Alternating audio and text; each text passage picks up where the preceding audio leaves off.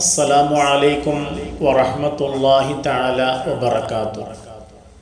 പ്രിയമുള്ള വിശ്വാസികളെ, അല്ലാഹു സുബ്ഹാനഹു വ തആല എല്ലാ നിലക്കും ഖൈറും ബറക്കത്തും നമുക്ക് നൽകി അനുഗ്രഹിക്കട്ടെ.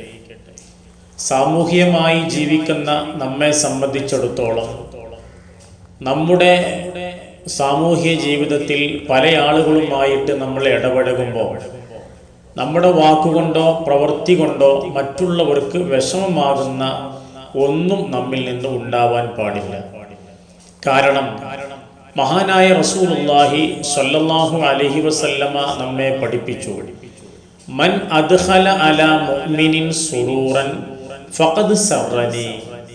ഒരു മുഅ്മിനായ മനുഷ്യനെ ആരെങ്കിലും സന്തോഷിപ്പിച്ചാൽ അത് എന്നെ സന്തോഷിപ്പിച്ചതാണ്.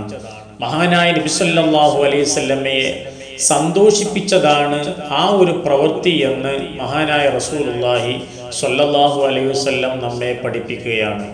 അതുകൊണ്ട് നമ്മുടെ ഇടപാടുകളിൽ, നമ്മുടെ കുടുംബ ബന്ധങ്ങളിൽ, അയൽപക്ക ബന്ധങ്ങളിൽ, കൂട്ടുബന്ധങ്ങളിൽ ഒന്നും ഒരാൾക്കും പ്രയാസങ്ങളില്ലാതെ, ബുദ്ധിമുട്ടുകളില്ലാത്ത രീതിയിലുള്ള നിലപാടുകളാണ് നമ്മൾ സ്വീകരിക്കേണ്ടത്.